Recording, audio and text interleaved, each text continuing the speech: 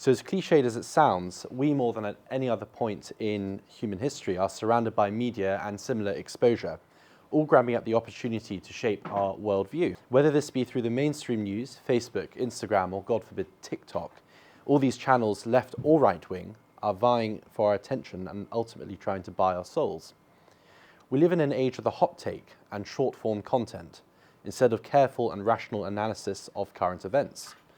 Rather than producing our own opinions via reasoning, informed by faith, as Catholics indeed should, we ourselves have become the products of what we consume for free. These channels appealing to our senses and emotions in order to raise cattle for the powers that be, is the sense of the Dionysian over the Apollonian. I won't use too much rhetoric here, as we have quite enough of that in the media already, but a certain due diligence is needed. I, and I'm sure Theo, aren't simply trying to espouse a certain political rhetoric or overplay talking points here. Both sides of the political spectrum are equally played by infiltration, paid for by specific political interests. The faults of the mainstream media are known to us all, but how about quote-unquote alternative sources such as The Rebel or Fox News, and I'm sure even some more recently formed popular British right-wing political parties, Reform. Are these not infiltrated too? Do they not subtract from Christ and replace in his stead cheap yet carefully illustrated ideology? We observe recent examples of media manipulation across the last century to the present day. World War II, arguably the most destructive and widely spread conflict of human history, was influenced, largely pushed by certain media interests. Afterwards, we had the Cold War.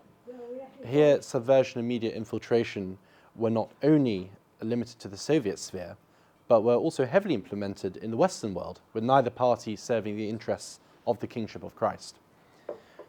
How about more recently? Some of us will remember the events of 2003 with the Iraq War. I certainly don't, I was 2 at the time, but the lie that Saddam Hussein was producing and stockpiling weapons of mass destruction, the false flag used to trigger the catastrophe and humanitarian disaster that is the Middle East today, was only made possible and justified to us by subversive media.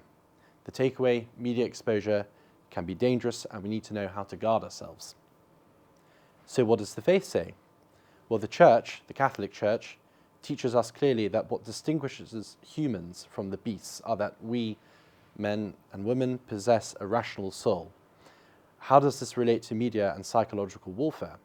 Well, the only way that these forces have any power over us whatsoever are by playing on our instincts, our base instincts, and also our emotions. St. Thomas Aquinas says, "A man has free choice to the extent that he is rational. Therefore, be on your guard and don't consume slop." On this note, it is noticeable that the media has, since the inflammatory publishing houses of the French Revolution to the CNNs and the BBCs of today, always played on public emotions and knee-jerk reactions to implement their evil intentions on the world. Again, the media never wins by logic or rationale, only incitement. So, to quote Vladimir Lenin, what is to be done? Well, firstly, is to stop consuming. Don't be a consumer.